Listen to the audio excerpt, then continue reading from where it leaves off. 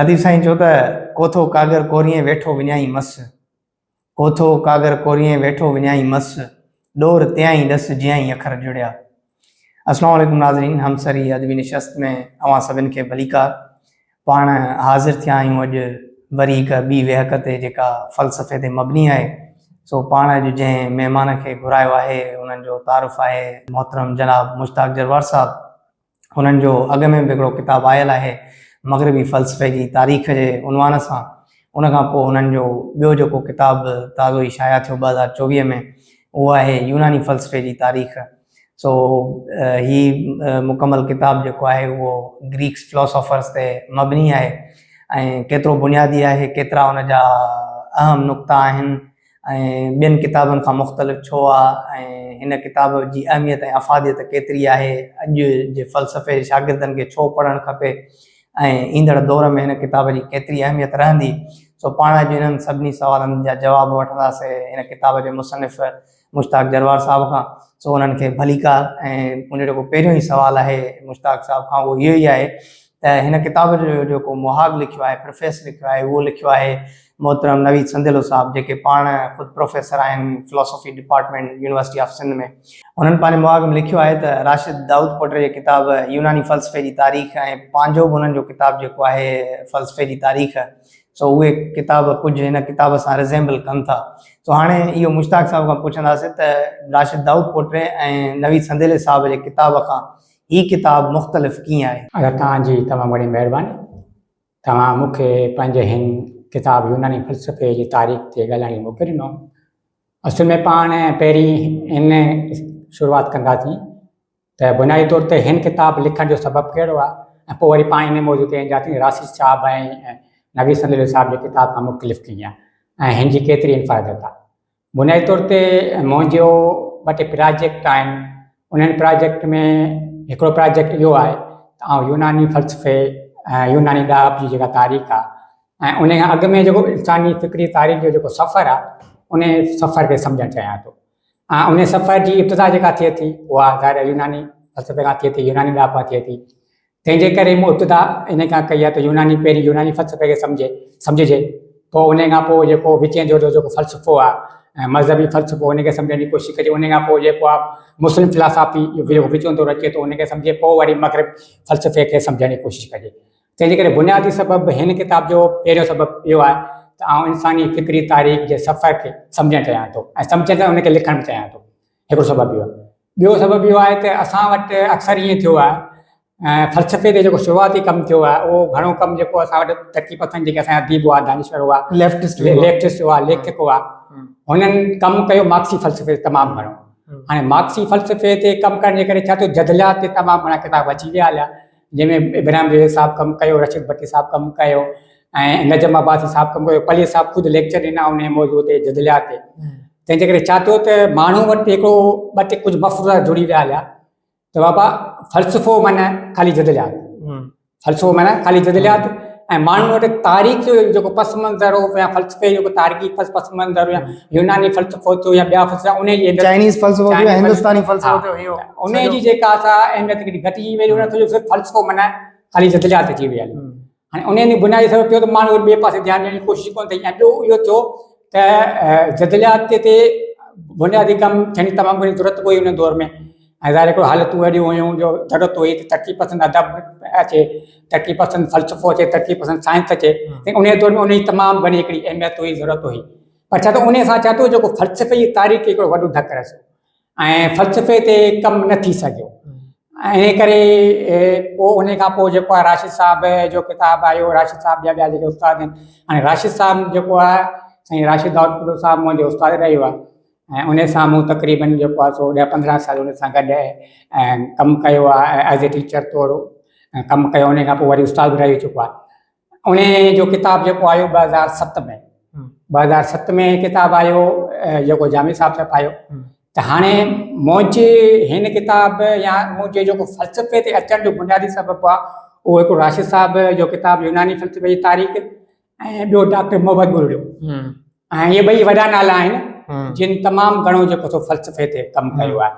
ऐं इन्हनि जा जेके किताब आहिनि तव्हांखे जेके तमामु अहम आहिनि, बुनियादी किताब आहिनि। डॉक्टर मोहम्मद बुर्र जो शऊर किताबु, ऐं राशिद साहिब जो यूनानी फ़ल्सफ़े ॿुधाई हाणे उन्हनि इहे ॿ किताब जॾहिं मूं शुरूआती तौर ते पढ़िया पहिरियां अदब पढ़ंदोसि कहाणी नाविल पढ़ंदोसि पर इहे ॿ किताब पढ़ण खां पोइ मुंहिंजो फ़ल्सफ़े ॾांहुं इंट्रस्ट हिकिड़ो पैदा थियो डेवलप थियो त मूं फ़ल्सफ़े खे ॾिठो हीउ बि को मौज़ू आहे जंहिंमें घणा वॾा वॾा माण्हू वेठा आहिनि वॾियूं ॻाल्हियूं कनि था काइनात जे बारे में काइनात खे सम्झण जी कोशिशि मंतिक ते ॻाल्हाइनि था मंतिक ते ॻाल्हाइनि था ऐं पूरी दुनिया जा इल्मनि ते ॻाल्हाइण जी कोशिशि कनि था पूरी दुनिया जे सवालनि खे सम्झण जी कोशिशि कनि था ऐं वॾी ॻाल्हि त काइनाती सवालनि ते शक कनि था तंहिंजे करे मुंहिंजी इंट्रस्ट वधी ऐं मूं फ़ल्सफ़े खे पढ़णु शुरू कयो राशिद साहिब जो किताब पढ़ण खां पोइ वरी जेको नवीद संदेल साहिब जो किताबु आहे नवीद संदेल साहिब जे किताब खे आयो उहो मुंहिंजे ख़्याल में 2012 या 13 में आयो उनखे पढ़ियोसीं हाणे उन किताब पढ़ण खां पोइ जेको मुंहिंजो पंहिंजो हिकिड़ो ख़्यालु हो त हाणे हीउ जेको इल्मु आहे ऐं ॿी मुंहिंजी ऑब्जर्वेशन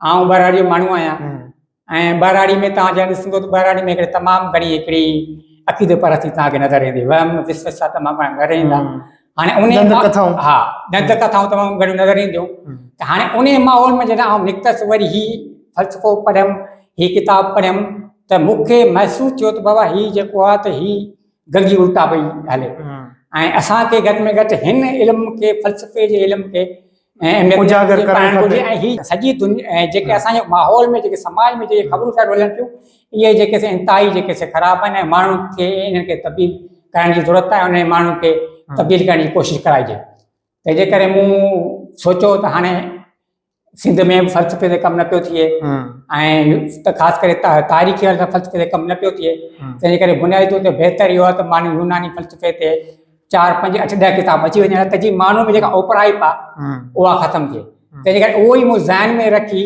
माण्हुनि जे पंहिंजे माहौल में पंहिंजे समाज में जेके हालतूं हुयूं उन हालतुनि जे बुनियाद ते रखी मूं फ़ल्सफ़े यूनानी फ़ल्सफ़े ते कमु करण जी शुरूआति कई तंहिंजे करे उन जो हिकिड़ो सबबु इहो बि आहे त मूं पंहिंजे माहौल जी ऑब्जर्वेशन ऐं राशिद साहिब ऐं नवीद साहिब जी किताब जे मुतासिर थियण खां पोइ लिखियो हाणे जिते करे तव्हां चओ था त इनफ़रादियत हिन में कहिड़ी आहे ऐं इनफ़रादियत इहा हिन में हीअ चई सघे थी त राशिद साहिब ऐं नवीद साहिब ॿई हिकिड़ी फ़ल्सफ़े जा माण्हू आहिनि उन्हनि फ़ल्सफ़े जा उस्ताद आहिनि ऐं हुननि जेको आहे हुनजी जेका ॿोली आहे उहा लिटरेरी ॿोली आहे फिलासॉफिकल ॿोली आहे फिलासॉफिकल ॿोली में हुननि जो जेको किताबु आहे उन ॿोली में आहे हाणे मुंहिंजी वधि में कोशिशि इहा रही आहे त आवाम ॿोली इस्तेमालु करियां सही मुंहिंजी हिन किताब में तव्हां पढ़ी हूंदी तव्हांखे महसूसु थियो हूंदो त मुंहिंजे किताब में वधि में तव्हांखे आवाम ॿोली जेके आम माण्हू बराड़ी में ॻाल्हाईंदा आहिनि आम माण्हू ॿुधंदो आम इस्तिलाह जेके आहिनि उहे मुंहिंजे हिन किताब में तव्हांखे महसूसु थींदा हिकिड़ी या हिन इंफ़रादियत तव्हांखे महसूसु फ़ल्सफ़ी थी करे तव्हां किताब न लिखियो शागिर्द थी करे पढ़ंदड़ आउं हिकिड़ो पढ़ंदड़ आहियां ऐं मुंहिंजो हिकिड़ो शौक़ु रहियो आहे पढ़ण जे हवाले सां ऐं मूं पढ़ण जे हवाले सां कई आहे कोशिशि तंहिंजे करे मूं इहो जेको आहे फ़ल्सफ़े खे इन पस मंज़र में लिखण जी कोशिशि कई आहे अच्छा मुश्ताक साहिब जीअं त तव्हां ॿुधायो त हिकिड़ो त लैंग्वेज वारो एस्पेक्ट आहे ऐं वाक़ई नो डाउट जॾहिं किताबु पढ़िजे थो त मां हिन किताब पढ़ण वक़्तु सोचमि पियो त हीअ जेके बि नवां माण्हू आहिनि जेके सम्झनि था त सिर्फ़ु जॉस्टिन गार्डर जो किताबु जेको सोफ़ीज़ वर्ल्ड आहे उहो ई बुनियादी किताबु आहे त मुंहिंजो इहो ख़्यालु थियो हिन किताब खां पोइ त हीअ किताब बि ज़रूरु पढ़णु खपे ऐं नौजवान ज़रूरु पढ़नि ऐं इहो शुरूआति हिन किताब खां कनि त बहितर आहे असल में ॿियो जेको तैमूर रहमान जी लेक्चर सीरीज़ आहे उन बि शुरूआति हिन खां ई कई आहे ग्रीक्स फिलॉसफी खां त हुन यूनानी फ़ल्सफ़नि खां ई शुरूआति कई आहे तैमूर रहमान जा उहे लेक्चर ॾाढा सुठा आहिनि जेकॾहिं अगरि तव्हां ज़रूरु यकीननि ॾिठा हूंदा ऐं हिननि टिनी जेको आहे त शुरूआति में ई हिननि जो ज़िक्र कयो आहे त सिर्फ़ु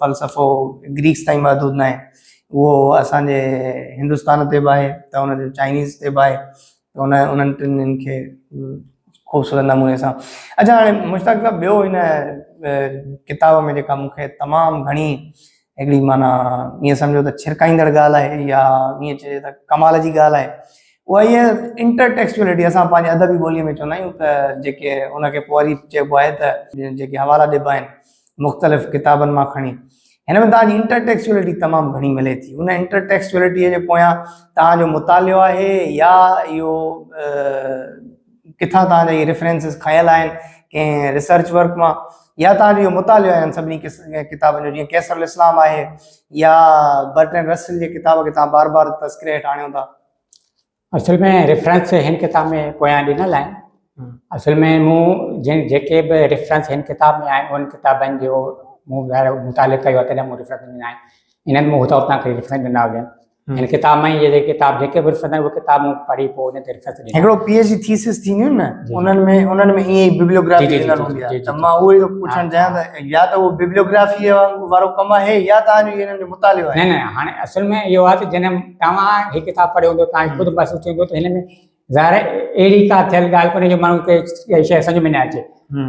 हाणे हिन में तव्हांखे नवां नज़र ईंदी तव्हांखे पढ़ंदो मज़ो ॾींदी इन करे मुंहिंजो इहो आहे त मूं हिननि किताबनि जो मुतालो कयो आहे। ॿियो जेको मज़े जी ॻाल्हि आहे त बर्ट्रैंड रसल जो तव्हां जिते जिते ज़िक्र कयो था न त उहे तव्हां सिंधीअ में हुनजा तर्जुमा ॾियो पिया त उहे तर्जुमा बि ॾाढा ख़ूबसूरत थियल आहिनि। माना माण्हू हैरान थो थिए त माना इहो ईअं थो लॻे ॼण बर्ट्रैंड रसल लिखियो ई सिंधीअ में आहे। जी जी जी न उहो तव्हांजी ॻाल्हि बिल्कुलु सही आहे। हाणे इहो आहे त असल में मूं फ़लसफ़े खे पढ़ियो बि आहे पर मुंहिंजी कोशिशि आहे त जॾहिं लिखंदो आहियां त उनखे पूरो हज़म करे लिखिजे।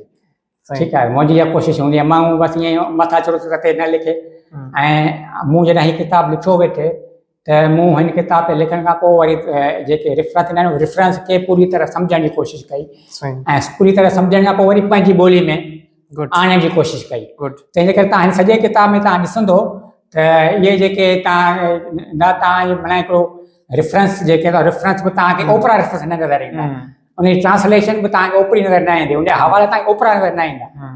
त इहो आहे त मूं फ़लसफ़े खे पढ़ी आहे उनखे हज़म करे पोइ जेको आहे रेफरेंस ॾियण जी कोशिशि कई आहे ऐं मुंहिंजो बुनियादी तौर ते हिन किताब में रसल बि तमामु घणो मुतासिर कयो ऐं रसल जेके हवाला आहिनि काज़ी कैसर इस्लाम बि आहे ऐं ख़लीफ़ा अब्दुल हकीम इहो किताबु आहे उहो तमामु घणो अहम किताबु अथव दानिश जे हवाले सां दास्तान दानिश जे हवाले सां उहो किताबु तमामु घणो अहम अथव।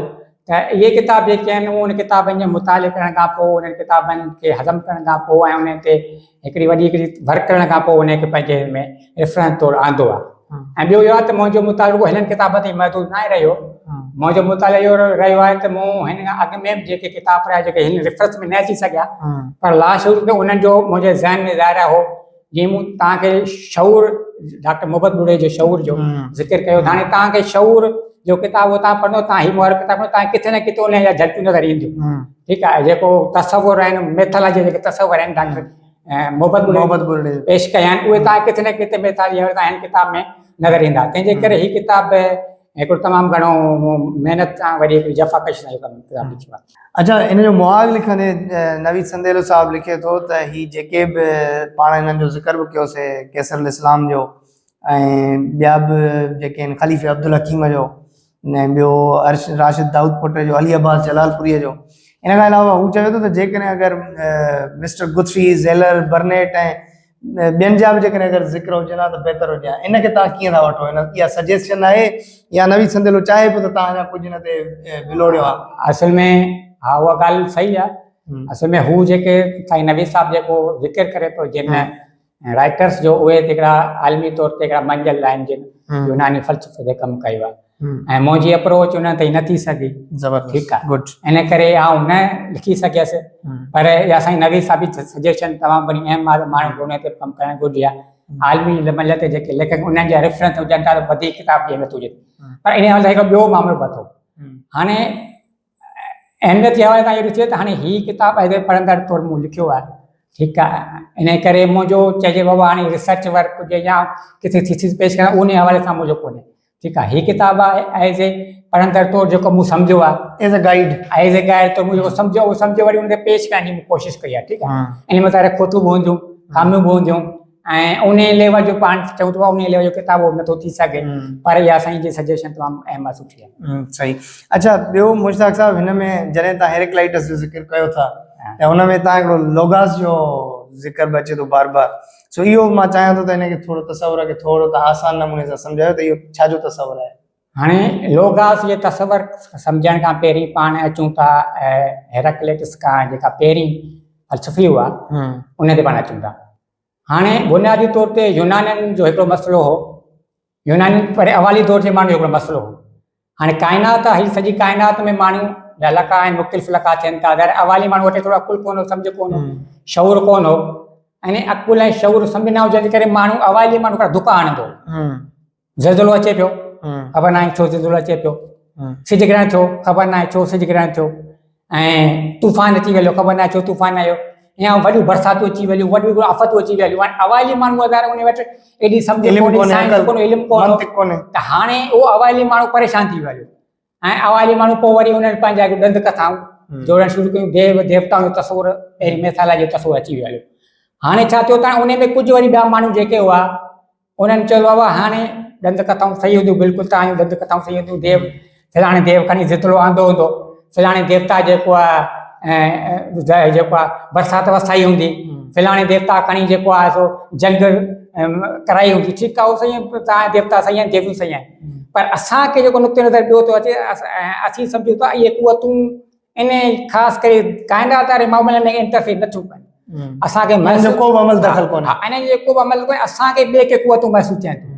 हा, यूनानी फ़लसफ़नि जेका इहा शुरूआत बुनियादी फ़लसफ़े शुरूआती तांती आहे, जॾहिं मेथालॉजी ख़िलाफ़ अगेंस्ट हिकिड़ो ॿियो नुक़्ते नज़र अची वियो हलियो, जो अक़ली हुजे ऐं मंतिकी हुजे, शकी हुजे। हाणे हिकिड़ा माण्हू आहिनि जेके बाबा कंदा, बाबा ठीकु आहे हाणे हीउ देवता आहे, हलो देवता जी पूॼा करियूं, हलो देवता खे राज़ी करियूं, देवता राज़ी थिए भला जेको ॾुकार लॻो पियो आहे ॾुकार ख़तमु थिए, सुकार अचे।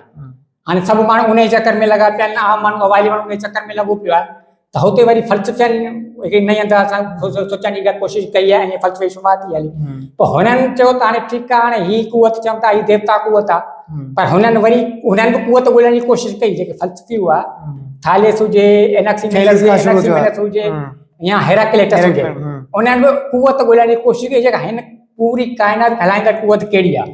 ऐं उन्हनि कुवत जी ॻोल्हा करण खां पोइ थालेस चयो आहे हीअ कुवत जेका आहे पाणी आहे, ऐं हीअ सॼी काइनात जेका पाणी मां ठही आहे। ठीकु आहे, एनाक्सिमेंडर चयो लामहदूद मादो आहे। ठीकु आहे, ऐं लामहदूद मादे खे बि उन्हनि चयो त जेको आहे सॼी दुनिया खे हलाईंदड़ लामहदूद मादो आहे। ऐं वरी एनाक्सिमेंडर चयो त हवा आहे, जेका ही पूरी काइनात खे हलाए पई, ऐं काइनात में जेका इंसानी रूह या जेका तब्दीली अचे उहो काइनात उन हवा जी जे करे अचे पई। ठीकु आहे, ऐं इहे नुक़्ते नज़र हुआ। इन खां पोइ पार्मेनाइड्स जेको वरी पंहिंजो नुक़्ते नज़र ॾिनो, हाणे उते हेराक्लेटस बि इन ॻाल्हि ते सोच वीचार करण जी कोशिशि कई, त हाणे इहो बुनियादी सबबु कहिड़ो आहे जो काइनात में तब्दीली अचे पई, काइनात जा लका तब्दील थियनि पिया, ॾींहुं थिए पियो, राति थिए पियो, सभु थिए पियो, वरी ज़िलज़िला अचनि पिया, वरी माण्हू तब्दील पिया थियनि। ऐं बुनियादी तौर ते हेराक्लेटस जो नुक़्ते नज़र इहो हो त काइनात में तब्दीली न आहे, स्टैटिक आहे। हा, काइनात मुसलसल तब्दील पई थिए, असीं चऊं काइनात मुसलसल तब्दील पई थिए। ॿियनि जो काइनात जेको जामे था पार्मेनाइड्स हुन चयो, हिन जो काइनात तब्दील थींदड़ न आहे, काइनात मुसलसल तब्दील। हाणे उहो हुन वरी उन ते चयो हाणे काइनात तब्दीली सबबु कहिड़ो आहे, त हुन जो काइनाती तब्दीली सबबु जेको लोगास अकुल आहे।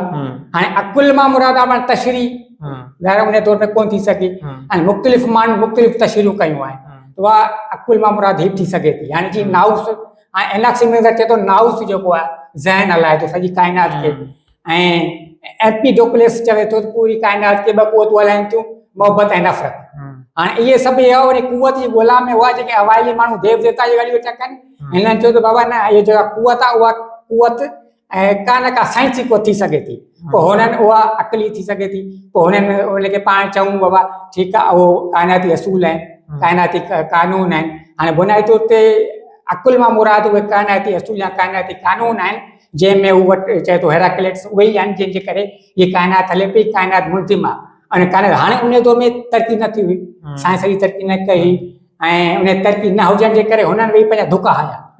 हुननि जा दुका तमामु घणो जेको साइंस जे वेझो आहे, अकुल जे वेझा कीअं थिए। अॼु बि तव्हां ॾिसंदो त पाणी वारो जेको कॉन्सेप्ट आहे थालेस जो, अॼु बि सही साबित थिए पियो कंहिं ताईं। ठीकु आहे, त इन करे हुनजा दुका वग़ैरह दुका बि कीअं थी तमामु हक़ीक़त जे वेझो आहे। ऐं हेराक्लेटस जो जेको लोका जो मतिलबु इहो आहे त काइनाती असूल आहिनि, कानून उन्हनि तहत जेका दुनिया हले पई तब्दील थिए पई। अच्छा, पर बायोलॉजी में असां जेका उनजी डेफिनेशन पढ़ंदा आहियूं, बायो मीन्स लाइफ ऐं लोगास मतिलबु लाइफ। हाणे इहो हा बायो इंफॉर्मेशन, ठीकु आहे। हाणे लोगास ऐं हयाती, हाणे हिते बि इहो अथव त यूनानी फ़लसफ़ी जेके हुआ, ऐं असुल में हू इहे हुआ त हाइलो अज़म हुन जो नुक़्ते नज़र जेके आयूनी फ़लसफ़ी हुआ, उनखे चइबो हाइलो अज़म। हाइलो अज़म जा जेके हुआ त उहे रूह, ख़ुदा ऐं बुनियादी जोहर ऐं हयाती, इन्हनि चइनी शयुनि खे हिकु ई शइ सम्झंदा हुआ। तंहिंजे करे हुननि किथे हयाती लफ़्ज़ इस्तेमालु कयो आहे, किथे हुननि चयो ख़ुदा अकुल। हाणे इहा बिल्कुलु इहा ॻाल्हि साॻी, हाणे जेके उन दौर में एॾी का तरक़ी थियल हुजे कि उहो तमामु वेझो आहे कि हयाती हलाईंदड़ आहे। ठीकु आहे, त हू हयाती जे वेझो हुआ, पर हुननि वटि एॾी इल्मु न हो, उन पंहिंजो लिमिटेशन जे बुनियाद ते हुन ॻाल्हियूं कयूं, उनमें के गलती ॿुधियूं, उनमें खोटू ॿुधियूं, पर उन्हनि जे बुनियाद ते जेकॾहिं अॼु इल्मु असां पहुतो आहे, साइंस सां पहुती आहे, साइंस तरक़ी कई आहे, इन करे असां लाइफ था चऊं, लाइफ था चऊं, इन करे बुनियादी सबबु उहो आहे त हक़ीक़त जे वेझो आहे, पर हुननि जी तशवीह उन दौर में पंहिंजा लॻा लफ़्ज़ इस्तेमालु कया, इस्तिलाह इस्तेमालु कया, बाक़ी हक़ीक़त जे वेझो तमामु घणा हुआ। अच्छा मुश्ताक साहब, ॿियो जेको आहे त हेरेक्लाइटस तमामु हिकिड़ो मज़ेदार क़िस्म जो माण्हू आहे। मां तव्हांजो जॾहिं पढ़ियो पिए त तव्हां चओ था त ही होमर जहिड़े हेॾे वॾे माण्हूअ खे बि कोन लिखींदो, त इन पोयां छा इहो मंतिक हो, हुन वटि अहिड़ी हिकिड़ी लाज़वाल ख़ुदा जे तरफ़ां ॾिनल का ॾात हुई या छा हो?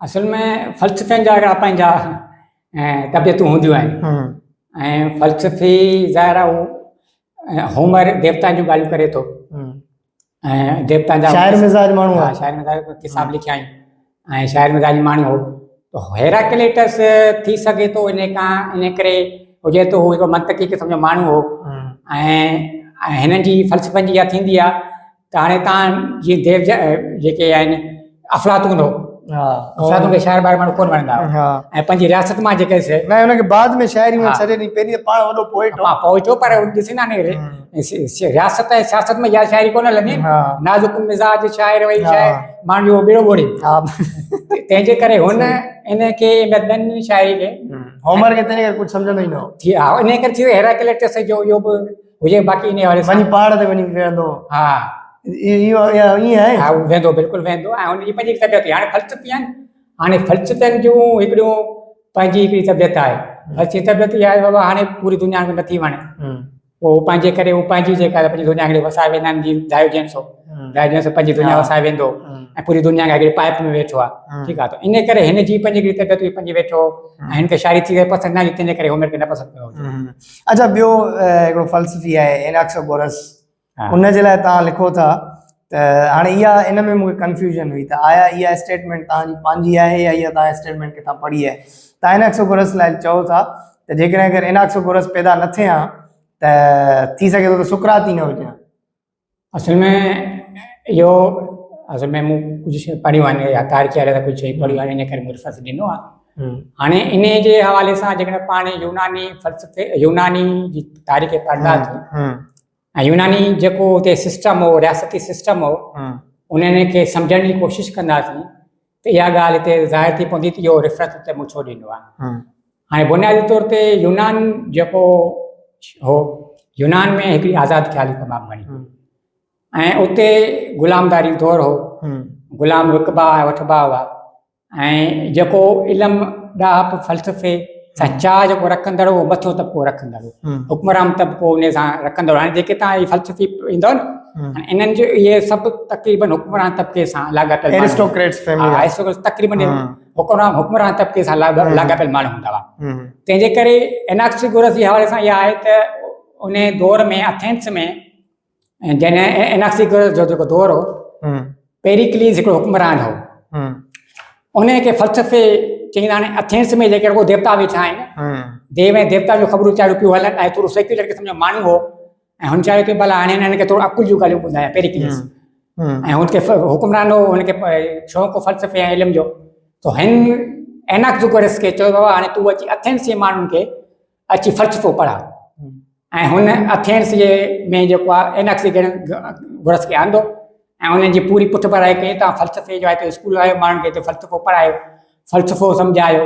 इन करे बुनियादी तौर ते एथेंस में पहिरीं फ़लसफ़ो न हो, एनाक्सिगोरस ऐं पेरिक्लीस जे करे जेको आहे उते एथेंस में जो फ़लसफ़ो जी शुरूआत थी आहे। ॿियनि पासे आयूनी फ़लसफ़ी हुआ, ॿिए पासे जा हुआ, एथेंस शहर में बुनियादी तौर ते पहिरीं फ़लसफ़ो न हो, पेरिक्लीस जी कोशिशि तां इहो एनाक्सिगोरस आयो, ऐं उन एनाक्सिगोरस पंहिंजे हिते फ़लसफ़े जी जेका असां उते हिकिड़ी तबलीग करणु शुरू कई, इल्मी दुनिया इल्मी बेस फ़लसफ़ा बेस शुरू कया, त हाणे छा थियो त हाणे उते इहो थियो त हाणे का ॿिज छटिया एनाक्सिगोरस इहे ॿिज छटिया, पर इहो ईअं थींदो आहे त एथेंस में हिकिड़ी तरफ़े आज़ादु ख़्याली बि हुई, सेक्युलर हुक्मरान बि हुआ, ॿिए पासे वरी हिकिड़ा कंदावत परस्त माण्हू बि हुआ जेके वरी इन्हनि शयुनि जे अगेंस्ट में हुआ, जिन नथे चयो बाबा हाणे फ़लसफ़े जी ॻाल्हि थिए, फ़लसफ़ो न थिए, देव देवता ने मञींदड़ हुआ, उन्हनि जी कुझु पढ़ाई कंदड़ बि हुआ, त हुननि वरी जेको आहे एनाक्सिगोरस खे उन टाइम ते बराबरि 2-3 साल कमु कयो, पेरिकलिस जॾहिं कमज़ोर थी वियो हलियो त पोइ हुन पेरिकलिस जी हुकूमत वई त पोइ हुन क़ैद वैद करे बहरहाल एनाक्सीगरस खे भॼाए छॾियो। पर एनाक्सीगरस जे ॿिज छठिया न, उन खां पोइ जेको आहे फ़लसफ़ो जी बुनियादु पियो। ऐं पोइ वरी एथेंस बि में जेको सुकरात पैदा थियो। हाणे बुनियादी सुकरात सां इहे सॼा इशू थिया जेके एनाक्सागोरस सां थिया। पोइ सुकरात खे बि जहाज़ पहले पाइण जी कोशिशि कई त एथेंस में हिकिड़ा मुतज़ाद फ़िक्र हुआ। उन मुतज़ाद फ़िक्र में हिकिड़नि चयो बाबा हाणे देव देवताउनि जो कॉन्सेप्ट आहे, कॉन्सेप्ट आहे, उहो भले हले पियो। ॿिए चयो न फ़लसफ़ाना ॻाल्हियुनि जी भले कॉन्सेप्ट अचे। हाणे उन फ़लसफ़ाना कॉन्सेप्ट जे करे उन्हनि एनाक्सीगोरस खे इंपॉर्टेंस मिली, हुन पंहिंजूं ॻाल्हियूं करण जी शुरूआत कई। उन शुरूआत में हिकिड़ो रस्तो खुली वियो हलियो त पोइ सुकरात खे बि उहो मौक़ो मिली वियो हलियो। पर सुकरात खे उहा शइ जेका आहे उहा अॻिते हली कद में पइजी वई। तंहिंजे करे हुनखे इहो नेटज़ार जो प्यालो बि पीअणो पियो। अच्छा, ॿियो मुश्ताक साहब, ही रेफरेंस आहे, ॾाढो ख़ूबसूरत आहे। मां चाहियां थो त हिन ते तव्हां थोरो रोशनी विझो। इहो लिखो था तव्हां त एनाक्सीगोरस खे पाण खे बि ख़बर न हुई त हू 20वीं सदीअ जे आख़िर में पेश थींदड़ जेनेटिक इंजीनियरिंग जी तश्कील में पंहिंजो बुनियादी किरदारु अदा करे रहियो आहे। असल में बुनियादी तौर ते इहो जेको रेफरेंस आहे, इहो रेफरेंस ज़फ़र सिपल आहे, जेको पंजाब जो हिकिड़ो राइटर आहे जंहिं फ़लसफ़े ते बुनियादी कमु कयो आहे। वॉल्यूम्स आहिनि? हा, वॉल्यूम्स आहिनि, 3 वॉल्यूम्स आहिनि। पहिरियों यूनानी फ़लसफ़े ते वॉल्यूम्स अथसि, ॿियो मुस्लिम फ़िलासफ़ी ते अथसि, टियों जेको आहे मग़रबी जदीद मग़रबी फ़लसफ़े ते अथसि। त उन जो रेफरेंस जेको आहे उहो उन में जो रेफरेंस ॾिनो आहे। ऐं इहा ॻाल्हि कयां थी सही बि आहे। बाक़ी जेका एनाक्सीगोरस इहा ॻाल्हि खे थो कयां थी, जदीद साइंस इन खे साबित करे थी। अच्छा, ॿियूं जेके लाइन्स आहिनि इन में मां चाहियां थो त इन में तव्हांजो पंहिंजो ज़ाती पॉइंट ऑफ व्यू अचे त इन जे बारे में तव्हांजो छा ख़्यालु आहे? अच्छा, हिन जॾहिं एनाक्सीगोरस खां असां अॻिते निकिरूं था त पोइ अचे थो हिकिड़ो फ़लसफ़ी डेमोक्रेट्स जे नाले सां। हाणे हीअ स्टेटमेंट तव्हां ॾिसिजो त डेमोक्रेट्स वटि जिन्सी अमल ख़राबु अमल आहे, छो त उन अमल में इंसानी हवस शामिल थी वेंदी आहे जेका हक़ीक़ी मुसरत नथी मुहैया करे सघे, इंसान खे रूहानी सुकून नथी ॾेई सघे। संदसि मुसरत बाबति नुक़्ता नज़र हो त मुसरत रूहानी आहे जंहिंजो सरचश्मो सचाईअ जो इल्मु आहे ऐं इंसानी ज़िंदगीअ जो मक़सदु इल्म जी हासिलात लाइ जुस्तजू करणु आहे। असल में इहे फ़लसफ़ा न ॻाल्हि आहिनि। हिन ते ॻाल्हि ॿोल्हि करे सघिजे थी। हाणे इहो जेको नुक़्ते नज़र आहे, ज़ाहिर हिकिड़ो माण्हू डेमोक्रेट जो आहे ऐं पंहिंजी ओपिनियन ॾेई सघां थो। बाक़ी इहो हाणे इहो यूनानियुनि वटि वरी इख़्लाक़ियत हिन तव्हां पढ़ियो, इन चैप्टर में तव्हां इख़्लाक़ियत अॻियां पढ़ी हूंदी। हाणे यूनानियुनि वटि जेको वधि में वधि इम्पॉर्टेंस आहे इल्म जी आहे, ॾाहप जी आहे। बाक़ी सभु शयूं सेकेंडरी आहिनि, ॾाहप जी आहे। हाणे मिसाल तौर पाण सुकरात खे खणूं, सुकरात बि पंहिंजी ज़िंदगी जो मक़सदु पियो थो तय करे ॾाहप जी ॻोल्हा, सच जी ॻोल्हा ऐं ॾाहप, माना ॾाहप जी ॻोल्हा में आहे। हाणे सॼी एथेंस रुले पिने थो ॾाहप ॻोल्हा पियो, ठीकु आहे। ऐं ईअं वरी डेमोक्रेट्स बि असांजी ॻाल्हि थो करे, हेराक्लिटस या अकुल जी ॻाल्हि थो करे। वेंदे अफ़लातून जेको आहे, अफ़लातून में जॾहिं रियासत ठाहे थो, रियासत में बि कंहिं में ॾिए थो ॾाहे हुक्मरान जी। हाणे इहा जेका कॉन्सेप्ट आहे, इहो कॉन्सेप्ट तमामु घणो एडवांस कॉन्सेप्ट अथव, ठीकु आहे। त हाणे उहा एडवांस इहा हाणे मिसाल तौरु जेका असां वटि घणा माण्हू आहिनि रूहानी ख़ुशी जो कॉन्सेप्ट असां वटि बाबा रूहानी ख़ुशी, हाणे इन में बेस मूं कयो आहे रूहानी ख़ुशी ऐं जिस्मानी ख़ुशी जो। हाणे इन में 2 स्कूल ऑफ थॉट रहिया आहिनि। ऐं रूह खे कुझु त हू मञनि ई कोन था न, रूहानी फीलिंग्स खे मञनि नथा न, उहो सभु कुझु जेको आहे मादियत न ईअं कोन थो। तव्हां ॿुधायां थो हाणे इन स्कूल ऑफ थॉट तव्हां। हाणे स्कूल ऑफ थॉट जेके उन्हनि वरी डेमोक्रेट्स खां मुतासिर थी करे इहे स्कूल ऑफ थॉट। हाणे स्कूल ऑफ थॉट इहो था, ऐं इन में कल्बी हिकिड़ो नुक़्ते नज़र आहे, कल्बी डायोजेंस। हाणे कल्बी जो ख़्यालु हो बाबा जेका ख़ुशी आहे उहा रूहानी ख़ुशी आहे। सही, माण्हू भले घणा खाधा खाए, घणा कपिड़ा नवां नवां कपिड़ा पाए, पर ख़ुशी छा आहे? ख़ुशी आहे माण्हू रूहानी तौर ते माण्हू मुतमइन हुजे। हाणे कल्बी जो जेको डायोजेंस हो, पीअण खाइण लाइ जेको प्लेटूं बि कोन हुयसि, पंहिंजो घर बि कोन हुयसि, पाइप में रहंदो। हाणे उन वटि ख़ुशी जो तस्वुर, उहो ख़ुशी जो तस्वुर असां वटि ई आहे, ठीकु आहे। वरी इन जे अगेंस्ट में वरी ॿियो जेको उहो सेरेनी नुक़्ते नज़र, उनजो ख़ुशी जिस्मानी ख़ुशी आहे। माण्हू जिस्मानी ख़ुशी भला रूहानी ख़ुशी कहिड़े कम जी असांजी, इहे वरी ख़ाली ॻाल्हियूं आहिनि। रूहानी भला ख़ुशी कीअं थींदी? माण्हू खाई पी ख़ुशी ठाठ मज़े में लॻो पियो हूंदो। इन करे हुन नुक़्ते नज़र, पर बुनियादी तौर ते हिननि जेका हिन ॾिनी उहा ॾाहप हिन ॾिनी, ऐं हिननि सम्झो त ॾाहप मां ई असुलु ख़ुशी आहे, ऐं ज़िंदगी जो मक़सदु बि ॾाहप हासिलु करणु आहे।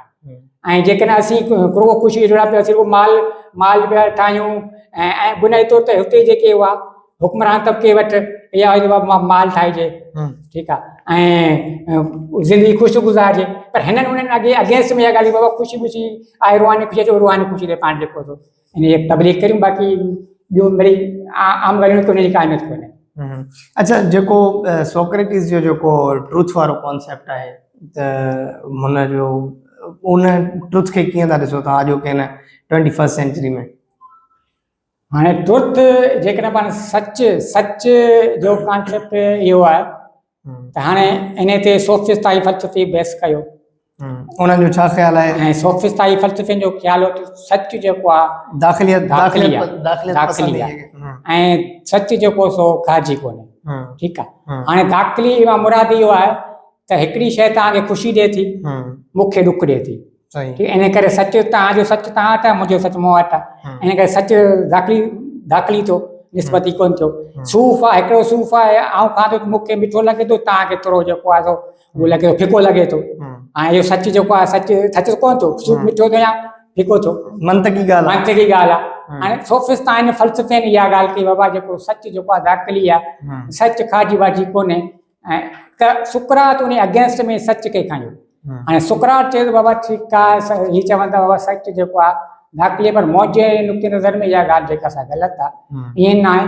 सच जी का न का आफ़ाक़ी ते डेफिनेशन हूंदी न, हाणे जेका सूफ़ मिठो आहे, मिठे जी त का न का जेका आफ़ाक़ी डेफिनेशन हूंदी न, उहो मुंहिंजे हवासनि जो मसइलो आहे न, मुंहिंजे हवासनि जो मसइलो आहे, मूंखे जेका सा शइ फिकी लॻे थी या खटी फिको लॻे थी, मिठी लॻे थी, उहो मुंहिंजे हवासनि जो मसइलो आहे। पर सूफ़ जेको आहे उनजी सिकत हिकिड़ी हूंदी न, सूफ़ जी जेका आहे ज़ाइक़ो हिकिड़ो ई हूंदो न, उहो खणी मुंहिंजे हवासनि जो मसइलो यूनिवर्सल आहे, मिठाण जी डेफिनेशन यूनिवर्सल आहे। सूफ़ आहे, सूफ़ जी जेका आहे, सूफ़ असीं जैतून खे सूफ़ नथा चई सघूं, या असीं केले खे सूफ़ नथा चयूं, सूफ़ हिकु उहो आहे जेके असीं आफ़ाक़ी पूरी दुनिया तस्लीम करे बाबा सूफ़ ही आहे, ईअं ज़ाइक़े जो बि जेको आहे सॼी दुनिया तस्लीम ई आहे। त हुन वरी इहा सच जी ॻाल्हि कई, सच जेको आहे निस्बती न आहे, सच आफ़ाक़ी आहे, यूनिवर्सल आहे, ऐं असांखे सच जी ॻोल्हा करणु घुरिजे।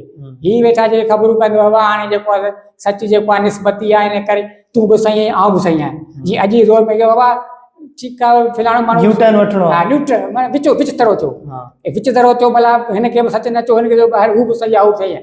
ऐं बुनियादी अॼु जेको डिबेट हले थो, त हाणे बुनियादी तौर ते उन चयो बाबा इहा जेका न इहा ॻाल्हि सही न आहे, सच आफ़ाक़ी हुजणु घुरिजे, जेको ग़लति आहे उन ग़लति, जेको सही आहे उहो सही थींदो, ऐं जेका आफ़ाक़ी हूंदी उहा आफ़ाक़ी डेफिनेशन थी सघे थी, सची डेफिनेशन थी सघे थी, ॾुख जी आफ़ाक़ी डेफिनेशन थी सघे थी, सुख जी डेफिनेशन आफ़ाक़ी थी सघे थी, ऐं हिन करे चऊं सच हिकिड़ो आहे, ॾुख हिकिड़ो आहे, सुख हिकिड़ो आहे, ईअं थी नथी सघे। लेकिन सच जो जेका कॉन्सेप्ट हो सुकरात जो उन पसमंद हो, उनजे अगेंस्ट में सच जी ॻोल्हाए निकितो ऐं उन पंहिंजी डेफिनेशन ॾिनी। सही।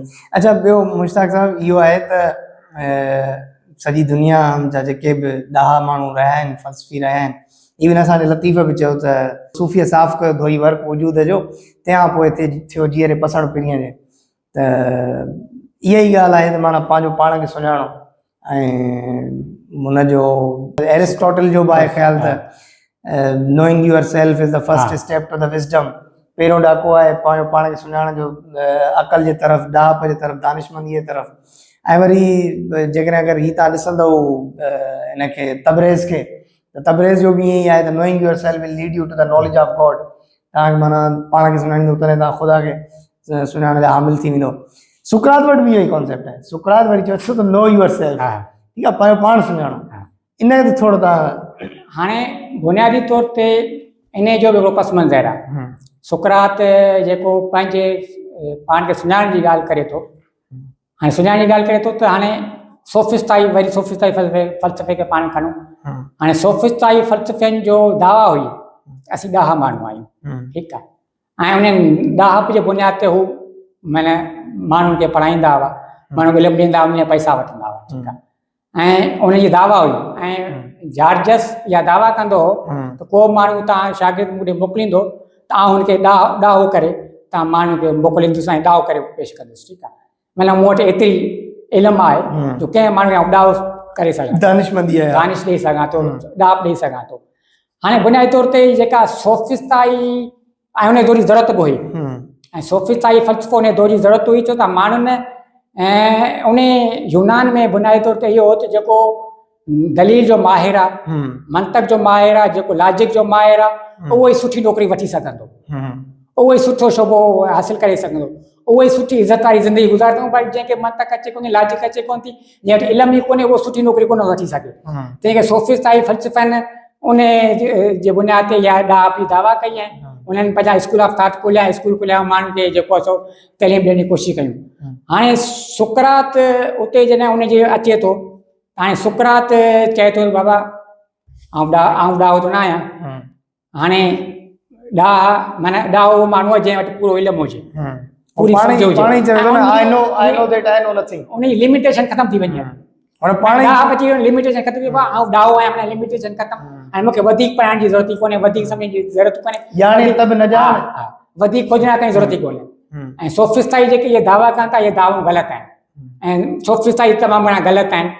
ऐं पोइ सुकरात जेका इहा दावा कई त बाबा आउं ॾाहियां। हाणे हिकिड़ो ॿियो सबबु इहो आहे त मां इहो कंहिं माण्हू खे जेका था उते आवाज़ आयो, वरी यूनान में देवीनि देवता खे मञींदड़ माण्हू हुआ, तो कंहिं देवी जेका ॾाह पई देवी, उनजो आवाज़ आई बाबा जेको सो पूरे एथेंस में जेको ॾाहो माण्हू जेको आहे उहो अथो सुकरात। सुकरात अची ॻाल्हि कई, बाबा असां ॿुधो आहे पूरे एथेंस में वॾो ॾाहो माण्हू लॻो पियो। सुकरात चयो उन ॻाल्हि तस्लीम नथो करियां। ऐं चयईं न असां आवाज़ आयो, एथेंस मां आवाज़ आयो आहे। त चयईं त बाबा वरी उन देवीअ ते वियो, ताक़ी त चयो तूं पूरे जेको आहे सो दुनिया में एथेंस में ॾाहो माण्हू आई। त चयईं ठीकु आहे, पर हाणे इन जी मूंखे ॻोल्हा करणी पवंदी त वाक़ई ॾाहो माण्हू आहियां या न आहियां। पोइ हाणे जेके उन दौर में मञण ॾाह माण्हू हुआ एथेंस में, ऐं सोफिस्टाई आहे जेके हुआ, उहे जेके से क़ब्रचारूं कंदा हुआ, ॾाह पियूं दावाऊं कंदा हुआ, उन्हनि सभिनी सां वञी मिलियो त बाबा असीं ॾाह माण्हू जेके कानूनदान खां वञी मिलियो। पर होॾे ख़बरचार ही कानून आहे, उन कानून जी तशरीह कीअं थींदी, भला जेको क़तल जी भला तूं जेको आहे इंसाफ़ जी ॻाल्हि कई तूं, भला क़तल थी वञो, इंसाफ़ थी, भला छा इंसाफ़ ते वेही डिबेट करियूं, माण्हू इंसाफ़ ते वेही डिबेट कयईं, ऐं सच ते वेही डिबेट कयईं। मुख़्तलिफ़ जेके सुवाल हुआ, उन सुवालनि ते वञी दुनिया एथेंस जे मुख़्तलिफ़ ॾाहनि सां वञी डिबेट कई, जेके मञण ॾाह सम्झा वेंदा हुआ। त उन्हनि उहे पंहिंजे इल्म में खुटी पिया ऐं फासी पिया। पर हुननि दावा वेठे कयो असीं ॾाह माण्हू आहियूं। त उते हुन चयो त बाबा असुल में ही ॾाह पई दावा कनि था त ही ॾाह आहिनि, पर ही ॾाह कोन आहिनि। आउं ॾाह पई दावा नथो करां, आउं ॼाणायां, पर आउं ॾाहो आहियां। बुनियादी तौर ते इन जो बुनियादी तौर ते इतां इहो कॉन्सेप्ट आयो त हुन पंहिंजी ॾाह खे सुञातो त आउं अणॼाण आहियां। अच्छा, वरी इहो जेकॾहिं ॾिसूं था त वरी सोक्रेटिस खे वरी फॉलो करे थो प्लेटो, वरी उन वटि वरी ॼाण जो वरी कॉन्सेप्ट हुनखे मुतफ़िक़ त आहे हुन सां, पर वरी प्रोटोगोरस सां वरी जेका हुनजी ॿी आहे उहो कहिड़ो अहिड़ो आहे? न प्रोटोगोरस असल में अफलातून ऐं सुकरात, इहे ॿई हिकिड़े नुक़्ते नज़र ते स्कूल ऑफ थॉट जा, स्कूल ऑफ थॉट। हाणे सुकरात जेको चए थो त सच जेको सच न ॼाण जो जेको ज़रियो आहे, सुकरात सां मुतफ़िक़ आहे प्लेटो या न आहे? ॿई मुतफ़िक़ आहिनि, ॿई मुतफ़िक़ आहिनि। सही आहे। हाणे तव्हां थोरो अचूं न पस मंज़र में, त हाणे जी सोफिस्टाई पाण खणी आयासीं। सोफिस्टाई चए थो ॼाण जो बुनियादु हवास आहे, ऐं हिन वटि बि साॻियो ई आहे प्लेटो। सुकरात चए थो ॼाण जो बुनियादु हवास न आहिनि, अकुल आहे। अच्छा, अकुल बुनियादी फ़र्क़ु इहो आहे। ऐं प्लेटो बि उन ते अचे थो ॼाण जो बुनियादु हवास न आहिनि, हवास असांखे धोखो ॾींदा आहिनि। इन ई करे तूं जेको थ्योरी ऑफ आइडिया जो बुनियादु ॾे थो, लेकिन हवास जी ॻाल्हि करे थो, पोइ हवास वारी ॻाल्हि त सूर्या आइडिया ते वेंदी कोन। न त पोइ इहो प्रोटोगोरस जो ख़्यालु आहे हवास वारो? हा, उहो प्रोटोगोरस जो ख़्यालु आहे, उहो सोफिस्टाई हो। प्रोटोगोरस सोफिस्टाई हो, जंहिंजो चवणु हो त जेको ॼाण जो बुनियादु आहे उहो हवास आहिनि, ठीकु आहे, अकुल न आहे। ऐं अफलातून चए थो ॼाण जो बुनियादु अकुल आहे, उहो अकुल खे बुनियादी में ॾे थो, ॼाण खे नथो ॾे। हवास असांजा खुटी पवंदा आहिनि। सो मतिलबु चवण जो त हिननि ॿिन्हिनि जो जेको आहे कॉन्सेप्ट साॻियो ई आहे। अफलातून हुन सां सेकंड करे थो सोक्रेटिस, बिल्कुलु शागिर्द। ऐं असल में सुकरात जे हवाले सां ॾिसिजे त सुकरात जी जेका तालीम आहे, सुकरात जी जेका तालीम आहे उनखे पेश वेही कयो आहे अफलातून जो सुकरात पाण लिखंदो कुझु कोन हो, लिखंदो कोन हो, डिक्टेट कंदो हुन साल खे मकालमा हूंदा। हा हू ॻाल्हियूं कंदो, कचहरियूं कंदो, डिबेट कंदो, इन करे उन पंहिंजी लिखत में का शइ छॾी न आहे। असल में लिखत में जेका आंदी आहे उहा आंदी आहे अफलातून। ऐं अफलातून ते जेके असर आहे सुकरात जो, पार्मेनाइड्स जो, पैथागोरस जो, हेराक्लेटस जो, कंहिं हद ताईं हेराक्लेटस जो, त इन्हनि माण्हुनि जो तमामु घणो असरु आहे। इन करे इहो सुकरात जेको आहे इन्हनि खां 4-5 माण्हुनि खां मथे निकिरे कोन थो। ऐं उन करे पुराणो जेको हिकिड़ो मज़हब हो उन खां निकिरे नथो। अच्छा, ॿियो इहो हाणे इहो फ़लसफ़े जो त कोन्हे सवाल, इहो वरी अचे थो लिटरेचर में, अदब जे तरफ़। यकीनन अदब तव्हां बि पढ़ियो हूंदो। प्लेटो जो तमामु घणो जेको आहे त क्रिटिसिज़म आहे त शाइरनि खे, हाणे इहो आहे हुनजो सोक्रेटिस जो ख़्यालु, हुन सोक्रेटिस जे ख़्याल खे खणी ऐं जेको आहे त लिखियो आहे त they should be banished from the ideal state. मतिलबु इन जे करे जो पोइट्री करप्ट्स ह्यूमन सोल, ऐं शाइरी जेका आहे उहा इंसानी रूहनि खे करप्ट करे थी। हुन इहो त अदीबनि खे जेको आहे त आइडियल रियासत मां ख़ारिज कयो वञे, हिननि जो को कमु ई कोन्हे को, ऐं हीअ प्रैक्टिकल न हूंदा आहिनि, हीअ मंतक जे तरफ़ वञी ऐं शयूं कंदा ई न। इहो तव्हां बि पंहिंजे हिन किताब में लिखियो आहे। इहो फ़लसफ़े जो इहो मौज़ू फ़लसफ़े जो आहे, अदब जो मौज़ू आहे, तव्हां हिनखे फ़लसफ़े किताब में ॾिनो आहे? असल में फ़लसफ़ो हाणे इहो ईअं आहे त शुरूआती पाण जे ॾिसंदासीं त सभु जेके हुनजो प्लेटफॉर्म हिकिड़ो ई हो, फ़लसफ़ो। अदब में जो कमु उहो फ़लसफ़े ते थींदो। हाणे जेके अवाइली माण्हू हुआ उहे अदब लिखंदा हुआ, नाटक बि लिखंदा हुआ, फ़लसफ़े जा ॻाल्हियूं बि कंदा हुआ। इन करे हीअ त मुंहिंजे ख़्याल में अदब अलॻि मौज़ू न, हींअर खणी अलॻि थी वियो, उहो अलॻि ॻाल्हि आहे। पर अफलातून जो क्रिटिसिज़म त आहे न। अफलातून जो जेको ख़्यालु आहे उहो उनजो बि एरिस्टोटल वरी हुन डिफेंस में अची करे उहो डिफेंस में अचे थो। पर हिन जो जॾहिं पाण रियासत जेको जेको हिन जो कॉन्सेप्ट आइडियल स्टेट आहे, आइडियल स्टेट जो कॉन्सेप्ट, उन पस मंज़र में हीअ बिल्कुलु ॻाल्हि सही थो चए। ऐं ईअं थो चए त हाणे मिसाल तौरु हाणे माना तव्हां चओ था त अदीबनि खे आइडियल स्टेट मां ख़ारिज कजे। हाणे हू ईअं थो चए थो, आउं नथो चवां, तव्हां छा था चओ? आउं नथो चवां, असल में हू चए थो। असल में हाणे इहो जेको कॉन्सेप्ट आहे उन दौर जे हिसाब सां आहे, ठीकु आहे। हिन दौर जे हिसाब सां पाण नथा चई सघूं। हिन दौर में ज़रूरत आहे अदब जी, माण्हुनि खे जेको तब्दील करण जी वॾी ज़रूरत आहे। पर उन दौर में जेको अफलातून जी ॻाल्हि ॾिए थो त उन बुनियादी सबबु इहो आहे त हिकिड़ो स्टेज जो सॼो हिकिड़ो ढांचो ठाहे छॾियो आहे।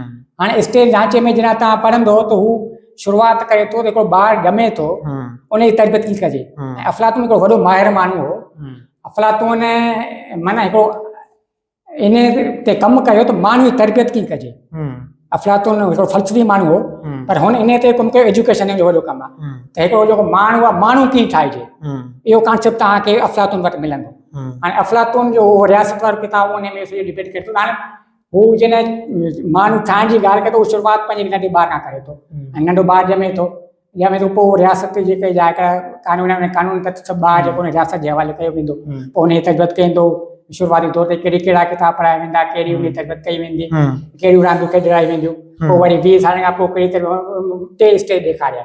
उन खां पोइ वरी फ़लसफ़ी हुक्मरान वञी थींदो 3 स्टेजनि खां पोइ, ठीकु आहे। हाणे उते जेकॾहिं शाइर वेठा नाज़ुक नफ़ीस ॻाल्हियूं कनि, ऐं हू सॼो हिकिड़ो स्ट्रक्चर ठाहियो वेठो आहे, ढांचो ठाहियो वेठो आहे, उन में जेका शाइर नाज़ुक नफ़ीस ॻाल्हियूं कंदा, ऐं जेके सिपाही आहे, सिपाही शाइरनि जूं ॻाल्हियूं ॿुधी ऐं जंग मां भॼी अचे त पोइ ज़रा अफलातून जी मुखालफ़त कंदो।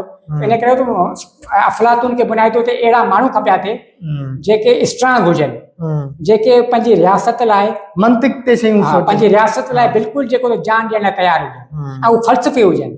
तंहिंजे करे सॼी हिकिड़ी स्ट्रक्चर ठाहे, उन स्ट्रक्चर में माण्हू जी तरबियत उन वॾो कमु करे थो। अच्छा, उन पस मंज़र में इहा ॻाल्हि आहे। सही। हाणे डेमोक्रेटस जी इरा जेका आहे उहा इरा, ऐं वरी अचूं था एरिस्टोटल जी इरा, केतिरो फ़र्क़ु आहे? ठीकु आहे। हाणे जेको कॉन्सेप्ट डेमोक्रेट्स वटि आहे रूह जो, रूहानियत जो, ऐं जेको वरी एरिस्टोटल जो आहे, इन्हनि ॿिन्हिनि में कहिड़ो फ़र्क़ु आहे? हाणे असल में हाणे रूह खे जेको पाण अॼु सम्झूं था, उन दौर में रूह जो कॉन्सेप्ट न हो। ठीकु आहे। अॼु जी पाण रूह जो कॉन्सेप्ट अॼु जो रूह जो कॉन्सेप्ट हिकिड़ो आहे, त उन दौर में उहो रूह जो कॉन्सेप्ट न हो। ठीकु आहे। हाणे रूह जो कॉन्सेप्ट मूं तव्हांखे पहिरीं बि चयो त रूह जो कॉन्सेप्ट इहो आहे त हयाती जी थायलेस, हिननि वटि इहो हयाती जो कॉन्सेप्ट आहे, जेका हयाती आहे, हयाती ॾींदड़ आहे, या काइनात में बि रूह आहे, इहो कॉन्सेप्ट ॾियनि था। हाणे डेमोक्रेटस जो बि कॉन्सेप्ट उहो साॻियो आहे त रूह जेको आहे उहो हयाती आहे, ठीकु आहे। पर इहो आहे त कंहिं हद ताईं अरिस्टोटल जी जेको रूह जो कॉन्सेप्ट आहे उहो मज़हबी आहे, अच्छा रिलीजियस है। रिलीजियस आहे।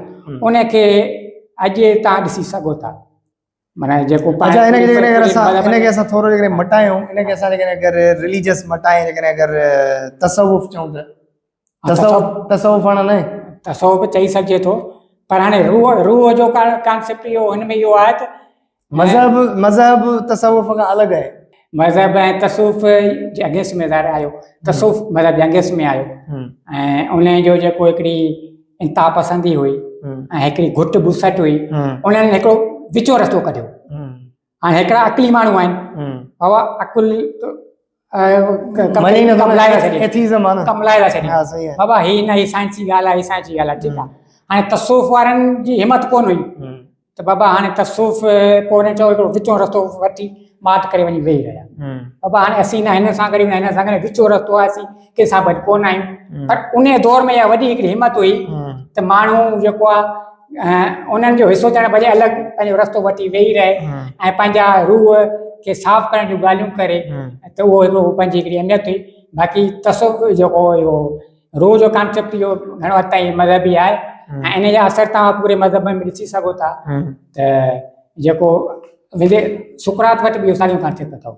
अच्छा सोक्रेटिस वटि रूह जो कॉन्सेप्ट आहे उहो साॻियो हिते बेसन सां करे सघूं।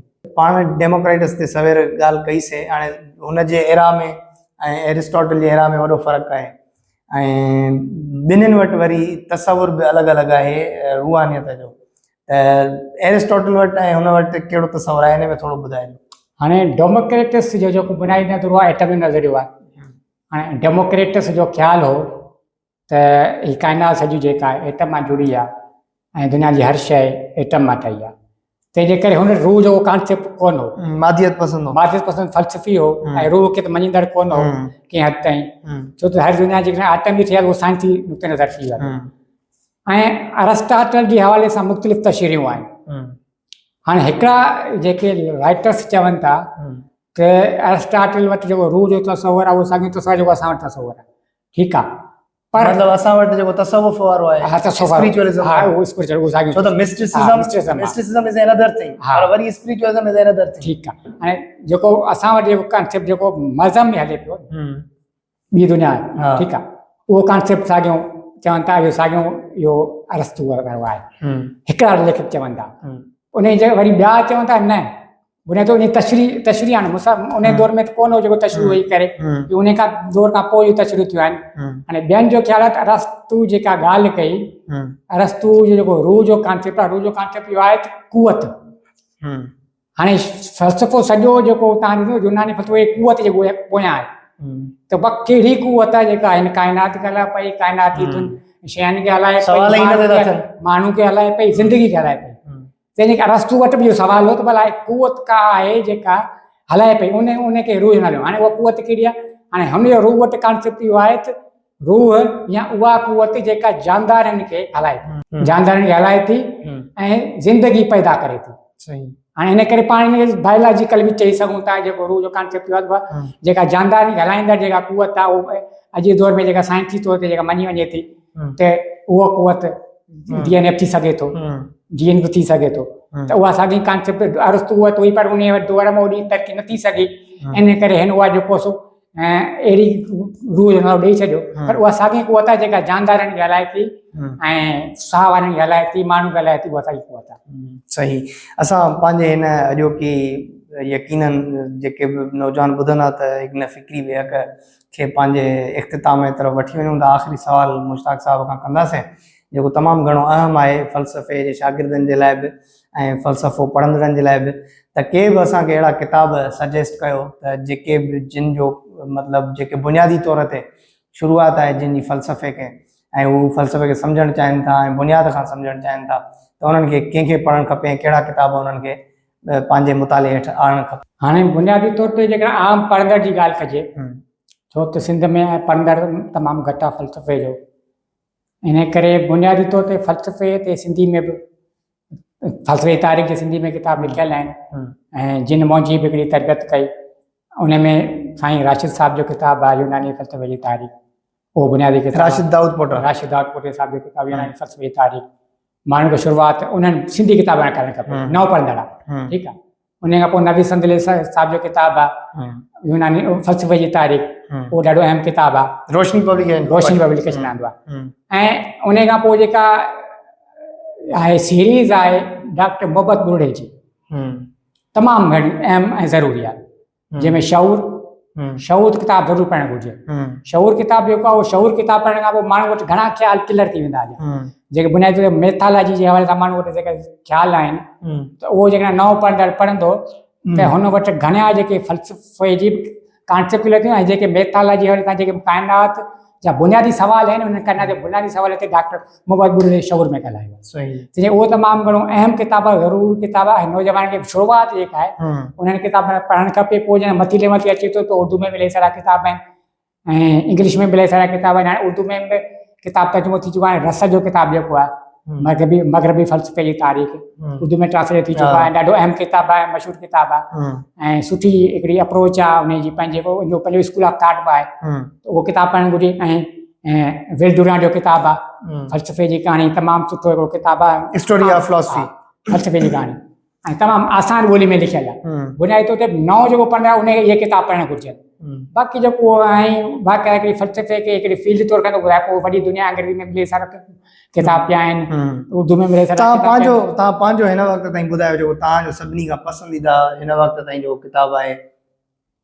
हाणे मां चवां त हिकिड़ो किताबु फ़लसफ़े जे हवाले सां हिकिड़ो किताबु त मां नथो चई सघां हीउ किताबु जेको मूंखे पसंदि आहे। हर कंहिं किताब जी पंहिंजी अहमियत आहे। ऐं मिसाल तौरु काज़ी कैसर इस्लाम जो जेको किताबु हिन में बार-बार तव्हांजो हुन में रस जो ज़िक्र आहे, विल डुरांट जो ज़िक्र आहे, त इहे किताब तमामु घणा जेके अहम आहिनि। ऐं ॿियो अथव दास्तान दानिश किताबु आहे ख़लीफ़ा अब्दुल हकीम जो, जेको मुंहिंजे ख़्याल में हींअर जावेद इक़बाल लाड़ाको ट्रांसलेट करे पियो, सिंधी में अची वेंदो हलियो। त इहे किताब जेके तमामु सुठा आहिनि ऐं नौजवान खे ज़रूरु पढ़णु घुरिजनि ऐं उन्हनि सां ज़रूरु जेके नौजवान आहे उनजी ज़हनी आबियारी थींदी ऐं फ़लसफ़े जी दिलचस्पी वधंदी। यकीनन अॼोकी असांजी हीअ फ़िक्री फ़लसफ़े ते वेहक लाभाइती थींदी ऐं तव्हां सभु हिन मां घणो लाभ हासिल कंदो। ऐं मुश्ताक साहब जा तमामु घणा थोरा त हू वक़्तु कढी असांजे लाइ आया। सो हाज़िर थींदासीं ॿिए दफ़े कंहिं ॿिए महिमान सां, कंहिं ॿिए किताब सां। तव्हां सभिनी जी वॾी महिरबानी।